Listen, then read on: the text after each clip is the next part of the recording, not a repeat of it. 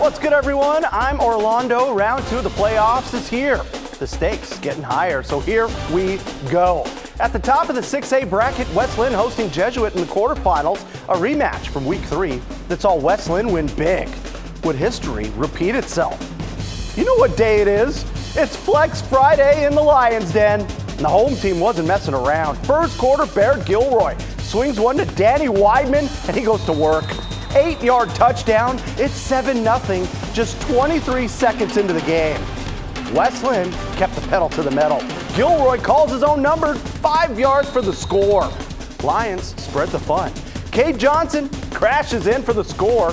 Another day, another win for West Linn. 59-14, the Lions are on to the semifinals. They'll face off with the winner of this one, Lake Ridge visiting Central Catholic at Hillsborough Stadium. The soundtrack of the night, Beat It, Just Beat It. If you know, you know. Student section hyped. Pacers defense in lockdown mode, holding the Rams scoreless in the first. However, second quarter, different story. Rams cracked the code. Tyson Davis, the sophomore, shaking, baking like Ricky Bobby. His initials are TD for a reason. Time to check in with the defense. It's a no-fly zone. Timmy the UNO, Timothy Mitchell, putting the clamps down. Couple of interceptions from him. And it ain't a CC highlight without Crew Newman. 4th and goal, Andreas Nicolaitis, welcome to the show. Crew's Rams remain perfect, cruising to a 42-6 victory, setting up a date with West Linn in the semifinals. On the other side of the bracket, the Nelson Hawks, fresh off the first playoff win in school history, facing the 2 seed, the Tualatin Timberwolves. The T-Wolves looking for a return to the semifinals, and here's how you get it done. Tino Russo finds the lane, sheds a tackle, and he gone. T-Wolves up big early. Nelson with a chance to get into the end zone before the half. But goal line mode activated for Tualatin. Bumbo! T-Wolves with a shutout brewing at halftime.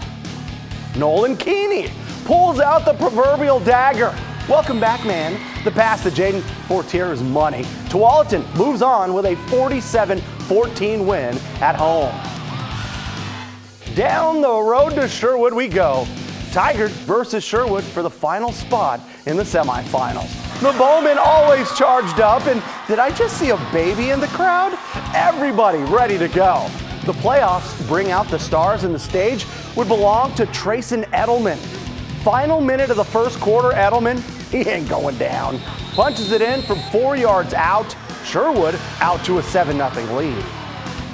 Second quarter, 4th and goal in the final minute. Edelman at it again. 14-0 Sherwood at the half. Bowman opened things up in the second half. The play fake gets everyone to bite except for photographer Matt Park. He's good. Edelman completes the hat trick, 40-yard house call. Did you know he's got a 4.2 GPA?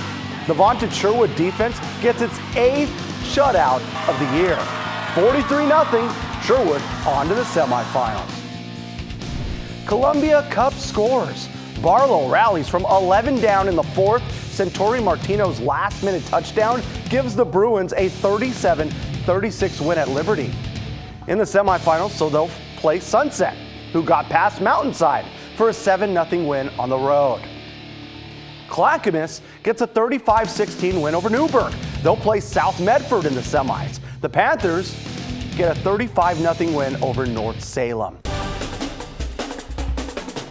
Oh yeah, in the 5A playoffs, the quarterfinals kicking off in Wilsonville.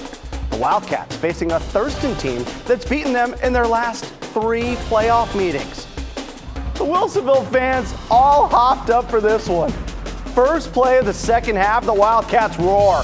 Callan Guttridge to Mark Weepert, the juggling catch. 58 yards for the score. Wilsonville up 42-7. The Wildcats weren't done. Guttridge to Nick Crowley. Wilsonville gets the dub. 49-21. They'll face Summit in the semifinals, a rematch of last year's championship game. Down in Silverton, the Foxes facing their Mid-Willamette Conference rivals, West Albany, for the second time in 3 weeks. Silverton fans, kick back, relax, and grab some snacks.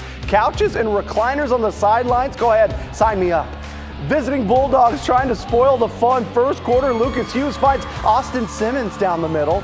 No one can touch him. That's a 58-yard touchdown. But Silverton responds. Sawyer Teeny lobs it to Brody Kenzie. We're tied at 7. Foxes get right back to the end zone. Just a few minutes later, Brody Sullivan gets in from a couple of yards out. How about Sawyer Teeny? The scramble, and he's got one thing on his mind. Dives for the pylon, and he's in. Silverton is on to the semifinals with a 41-14 win. Let's head over to Bend. Hillsboro visiting Mountain View for a chance to play Silverton. The home team turning to its star running back, Angel Valenzuela, the sophomore, punches it in from the 9. He's among the state leaders in rushing, but he would get hurt late in the game, so that's a name to look out for next week. His teammates came through on defense. Jack Foley, right place, right time, pick 6. Hillsboro made things interesting in the second, but Mountain View holds on for the 41-20 win. Still a great season to build on for those Hillsboro Spartans. Up in Washington, Camas is the 3 seed in the 4A state playoffs. The Papermakers host Mount Si Saturday night. And good luck to the announcer who has to call Skyview versus Skyline Saturday afternoon at Kiggins Bowl. The hometown Storm, the 5 seed. In 3A ball, the Mountain View Thunder head east. They'll play Kennewick Saturday afternoon in the Tri-Cities.